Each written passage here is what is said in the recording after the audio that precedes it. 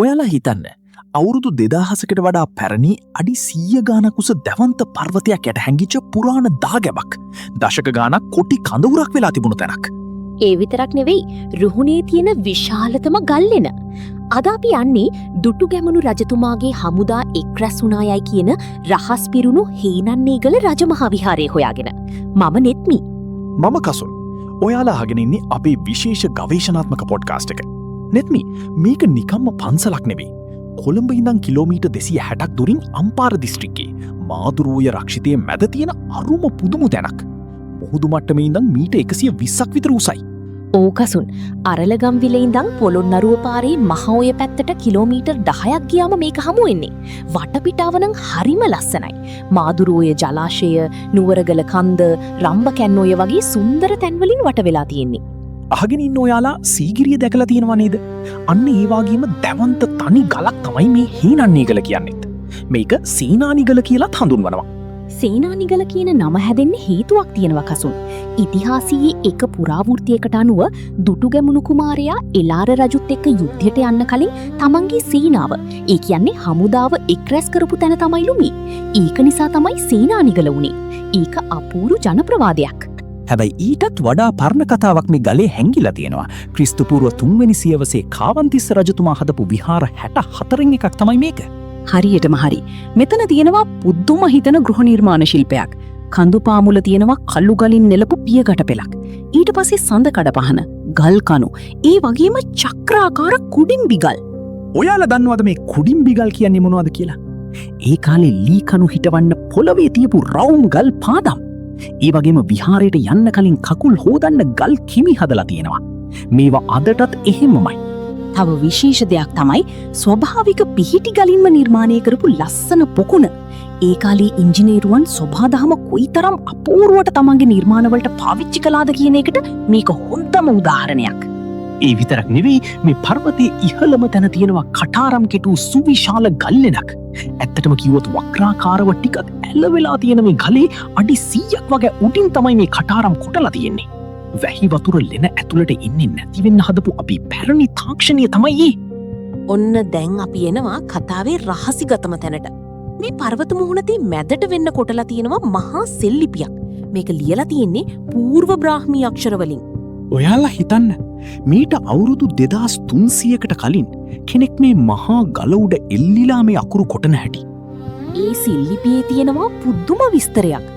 ගමනිතිශහ පිතහච මජ්ජිම රජහ. ඒ කියන්නේ කාවන්තිස්ස රජතුමාගේ පියා වුණු ගෝඨාභය රජතුමා මේ විහාරයට ගම්මාන ගණනාවක් පූජා කරපු බව. ගිරිතිස ගම, විලගම වගේ ගම්මාන. මෙතන මරුම කෑල තමයි මේ සෙල්ලිපිය අයිනේ තියෙන මත්ස්‍ය ලාංඡනය. එහෙමත් නැත්නම් මාළුවෙකුගේ සලකුණ. මහාචාර්ය සෙනරත් පර්ණවීතාන මහත්තයා කියන විදිහට මේ සලකුණ පාවිච්චි කරලා තියෙන්නේ කතරගම දසබෑ රජවරු. මේකින් අපේ ඉතිහාසයේ ලොකු රහසක් හෙළි වෙනවා. අපි කලින් කිව්වනේ මෙතන ලෙනක් තියෙනවා කියලා. මේ ලෙන ඇතුලේ ඉස්සර භික්ෂූන් වහන්සේලා වැඩ හිටපු කුටි 12ක් තිබිලා තියෙනවා. අදටත් ගඩොලින් හදපු එක කුටියක් හොඳටම ඉතිරි වෙලා තියෙනවා. ඒ කුටියටත් වඩා විශේෂම දේ තමයි ලෙන ඇතුලේ තියෙන පුරාණ දාගැබ. ඔයාලා අහගෙන ඉන්න මේ දාගැබේ මුදුන් මට්ටම, ඒ කියන්නේ ගර්භය දක්වාම අදටත් මැනවින් ආරක්ෂා වෙලා තියෙනවා. ඒකට හේතුව තමයි කසුන් මේ ස්වභාවික ගල්ලෙනින් ලැබුණු ආවරණය. අවුවෙන් වැස්සෙන් සුළඟින් වුණු හානිය ගොඩක් අඩුයි. කොච්චරද කියනවා නම් අනුරාධපුර යුගයේ මූල් භාගයේ කරපු කපරාරුව පවා තාමත් තැනින් තැන තියෙනවා. හැබැයි හිතට දුක හිතෙන දේ තමයි නිදන් හුරු මේ දාගැබේ හැඩය හොයාගන්න බැරි වෙන්න ගර්භය තැනින් තැන හාරලා ලොකු බෙනයක් වගේ විනාශ කරලා තියෙන එක. ඔව්. ඒ වගේම මේ ලෙන් පියස්සේ අනුරාධපුර යුගයට අයිති චිත්‍ර කිහිපයක්වත් තාම ඉතුරු වෙලා තියෙනවා. අපි ආයෙත් කාලයෙන් ආපස්සට යමු. භික්ෂූන් වහන්සේලා මේකට එන්න කලින් මේ ලෙන කාගේ ගෙදරද දන්නවද? අපේ ආදිවාසී වැඩි ජනතාවගේ. හරියටම හරි. 1924 දී ආර්.එල්. ස්පිටල් මහත්තයා තමයි මේ ගැන මුලින්ම කිව්වේ. මේ ලෙනෙන් හමු වෙලා තියෙනවා ආදිවාසීන් පාවිච්චි කරපු දුනු ඊතලවල කොටස්, මැටියෙන් හදලා පුලුස්සාගත්තු වලං කෑලි. ලෙනේ පර්වතයේ මුදුනේ පුරාවිද්‍යාඥයන් හොයාගෙන තියෙනවා ප්‍රාථමික ගුහා චිත්‍ර 36ක්. අලුවලින් සහ හුණු මිශ්‍ර මැටියෙන් තමයි මේවා ඇඳලා තියෙන්නේ. සතුන්ගේ ලේ වලින් ඇඳපු රතු පාට චිත්‍ර පවා මෙතන තියෙනවා. විශේෂම දේ තමයි ඒ අතීත මනුස්සයන්ගේ අත්සලකුණු 3ක් එතන තියෙනවා. ඒ වගේම සුදු පාටින් රතු පාටින් ඇඳපු ඊතල හැඩතල මිනිස් රූප සතෙක් උඩ ඉන්න ආදිවාසියෙකුගේ රූපයක් පවා අපිට දකින්න පුළුවන්. ඒක හරියට ගලේ ලියපු ඔවුන්ගේ දිනපොතක් වගේ. හැබැයි මේ ලස්සන ඉතිහාසයේ මැද කනගාතුදායක කාලයකුත් තිබුණා.